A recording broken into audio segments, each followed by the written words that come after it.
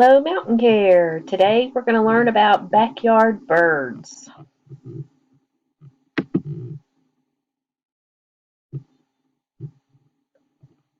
We're going to learn a little bit about the eastern towhee, the northern mockingbird, the eastern bluebird, northern cardinal, the blue jay, the white-breasted nuthatch, the American goldfinch, the house finch, the Carolina chickadee, the tufted titmouse, the robin, and the Carolina wren in this presentation.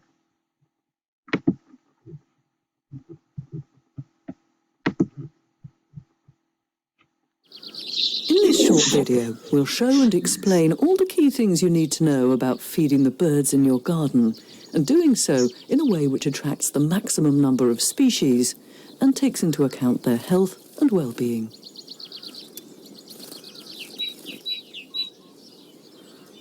So, some basics to start off with. Although there are many species of birds which visit gardens, the majority are songbirds, and very broadly we can split them into two groups, simply by the shape of their bills. Looking close up at this robin, you can see that the bill is relatively pointed. This means that the natural food it eats is mainly invertebrates such as worms and insects. Whereas this house sparrow has a more triangular bill to crack open seed husks, as is the case with the greenfinch. For example, a seed like black sunflowers presents no problem to these species. They can very easily take the husk off to get to the nutritious heart, whereas the robin can't crack open a seed husk, but can eat the contents if the husk is already removed, as you can see here with sunflower hearts, which are what's inside black sunflower seeds. This also demonstrates another key point about feeding birds. You also need different types of feeders, and including those which go on the ground. This is because species such as robin, blackbird, song thrush and dunnock, so the ones with the more pointed bills, which favour invertebrates as their natural food, more typically feed on the ground, and therefore find it difficult or impossible to cling on to hanging feeders. So these species need a ground feeder or bird table with food which includes seeds but with no husk on. Whereas finches, sparrows and tits are all fine with hanging feeders and with seed which can have a husk on. But don't blue tits and great tits also have pointed bills? They do indeed. But watch here how the highly dexterous great tits deal with a black sunflower seed. Firstly, it easily lands on the perch of the feeder, which it can do because its natural food is typically invertebrates, which it catches in trees and shrubs, and then flies to a branch where it holds the seed in its feet and then pecks away at the seed husk with its sharp bill in order to get out the nutritious heart. Coal tits can do the same.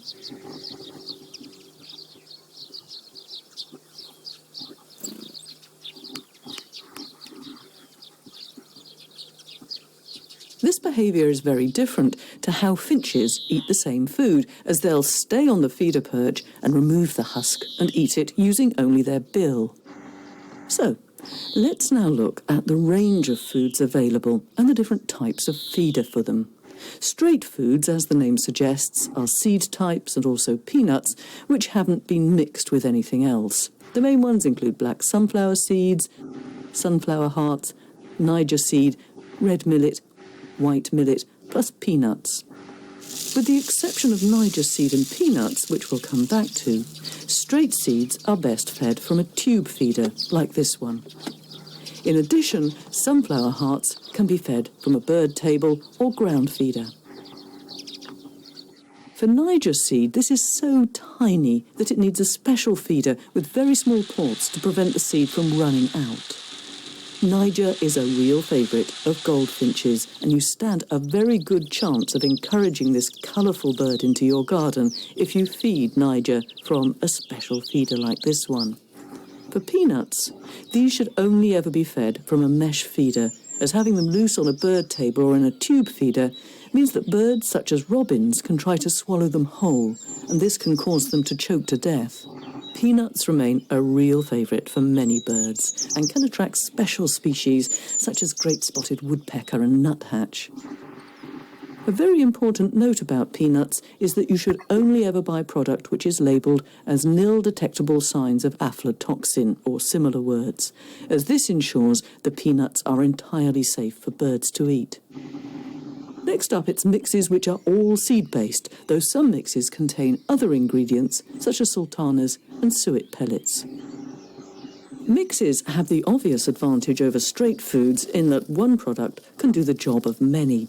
And if you choose a mix which has husk-free seeds, then one product can cater for most of the birds in your garden, though not quite all, which we'll come back to. It's still important, though, to think about how you feed the mix, and the same husk-free mix on a bird table or ground feeder will ensure that other species, like this female blackcap, get their share. Another reason to use a husk-free mix is that it can really help if you're pushed for time. This is because it's essential that the waste is cleaned up from underneath the feeders, as leaving it can cause harmful bacteria to build up, which in turn can lead to fatal diseases for birds. So with little or no waste from a husk-free mix, this helps solve the problem. Now onto the increasingly popular range of suet products, which comes as pellets, balls and blocks. Suet pellets are very versatile and can be fed from a mesh feeder, on a bird table or a ground feeder. In a mesh feeder, they're a very good alternative to peanuts and will attract long-tailed tits, which is one of the species which won't normally feed on seeds or mixes, however they're fed. Suet balls and suet blocks are easy to feed and just go into purpose-made cages like these. All the different species of tit love suet blocks and balls. Plus great spotted woodpecker and, not forgetting the rather underloved starling. Now, food that not enough people feed to their garden birds. Live mealworms. Yes, they wriggle a bit, but they're just the harmless larva of a beetle.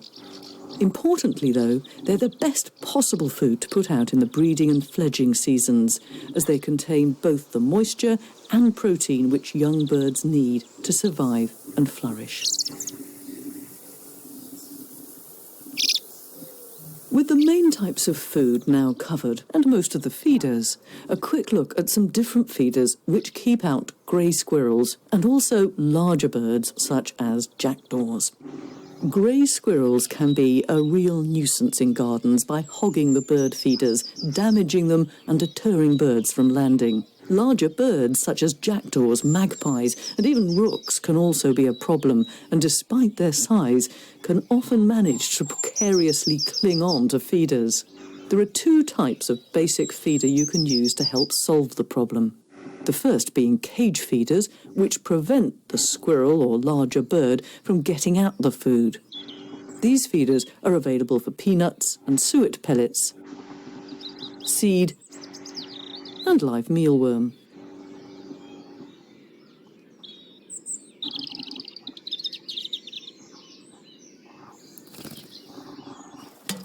The second type uses an ingenious mechanism which closes the ports of the feeders when the weight of a squirrel or larger bird lands on one of the perches, and therefore prevents any food being taken.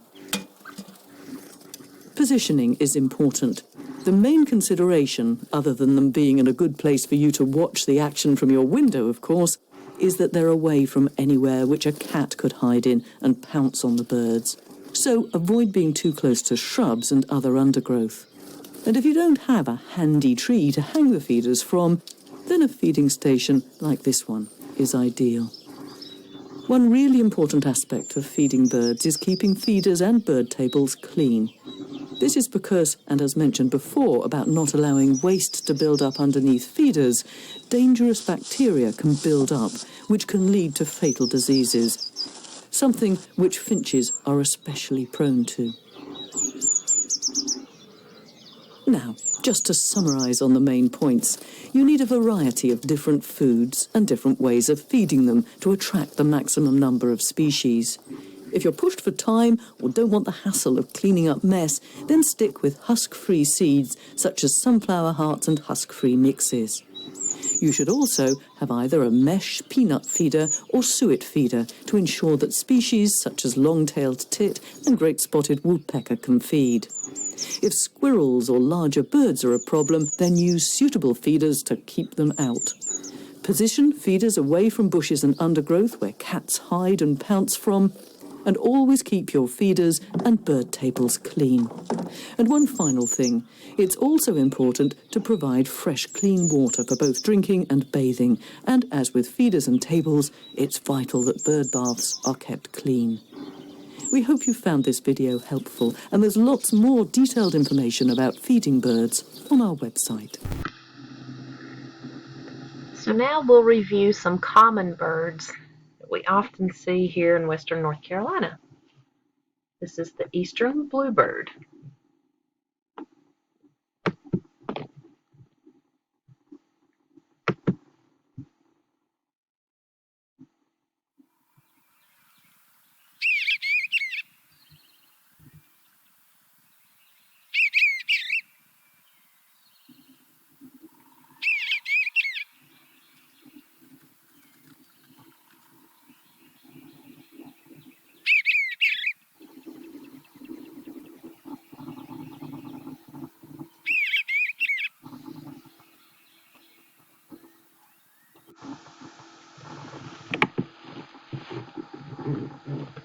The Carolina wren.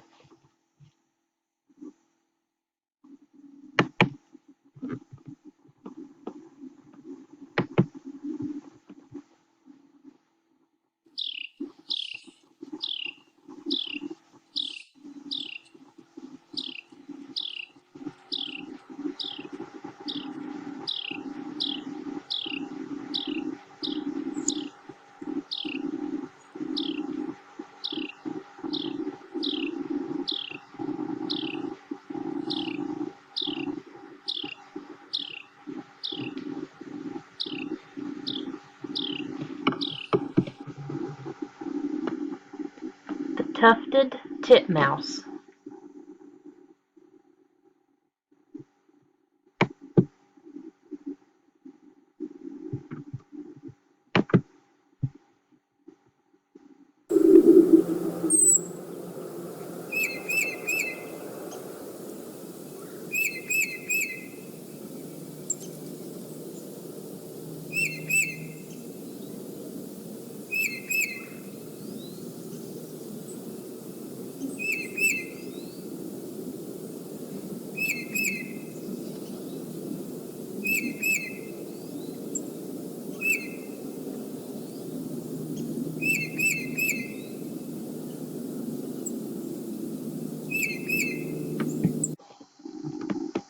And I should have told you to listen very closely because there's a test at the end.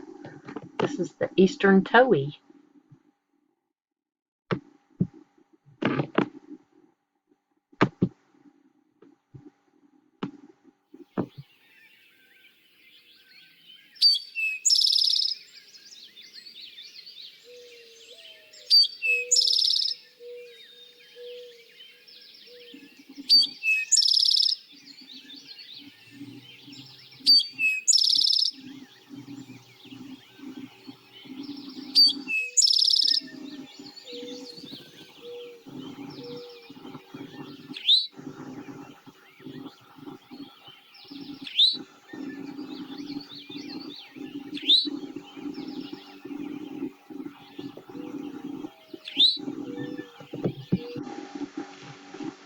The goldfinch.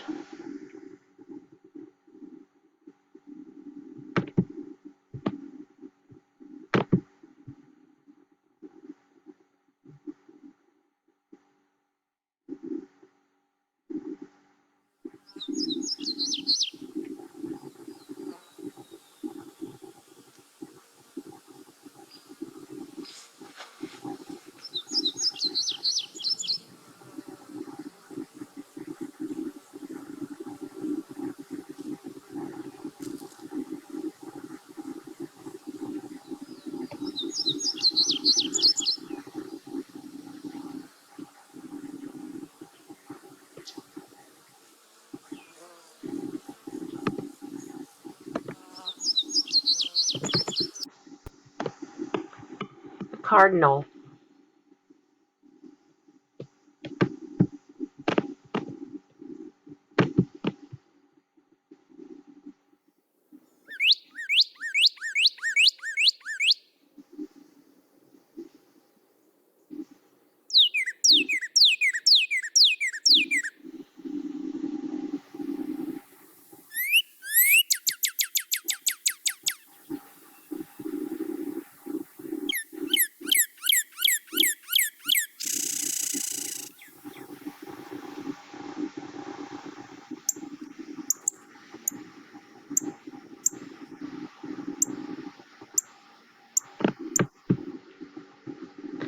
The Carolina chickadee.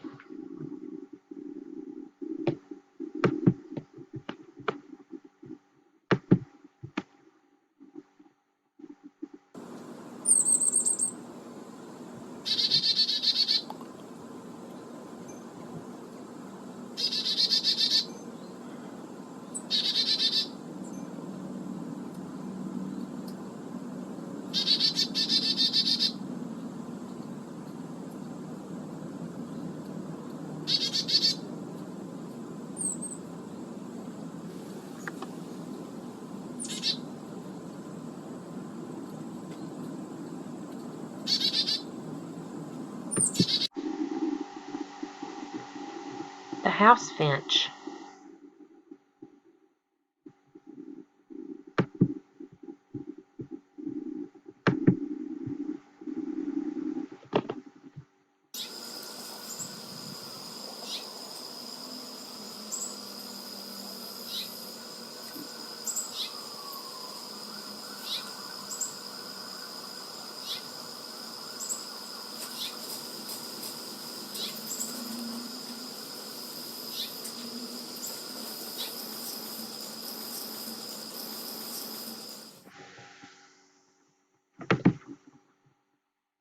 The white-breasted nuthatch.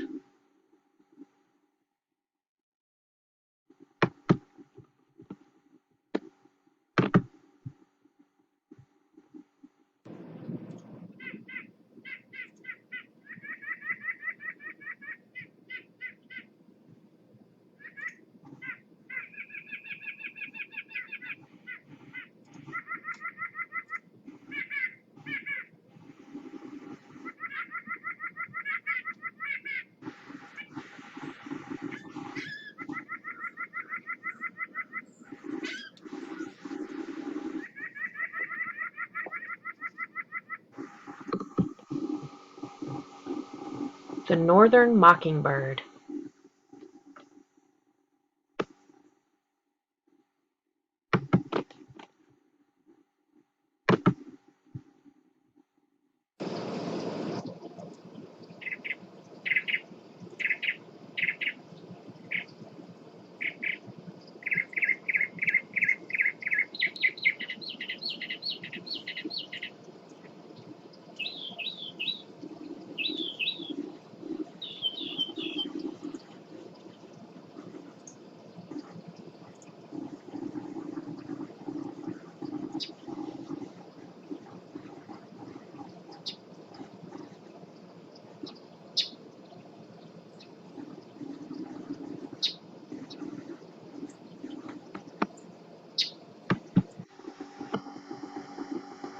The blue jay.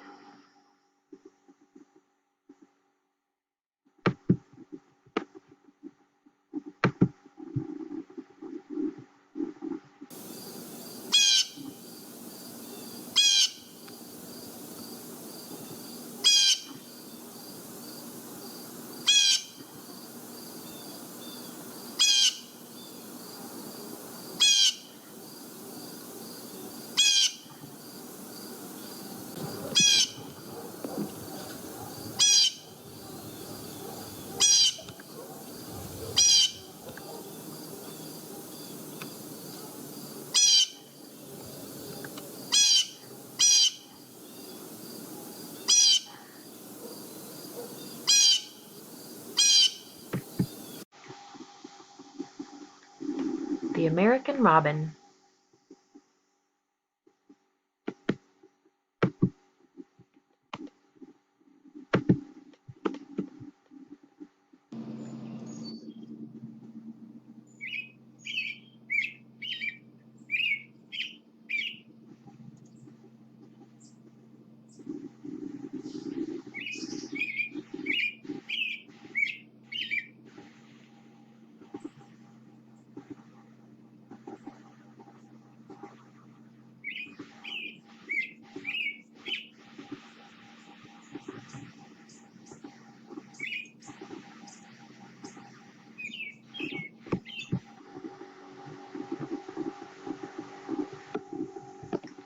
Here's your test.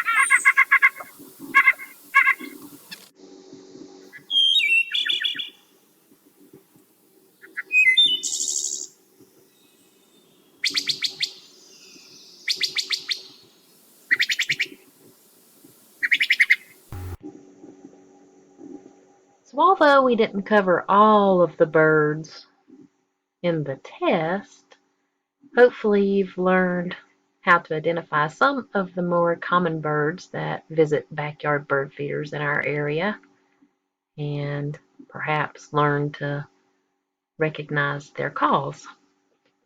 So again, we looked at the eastern towhee,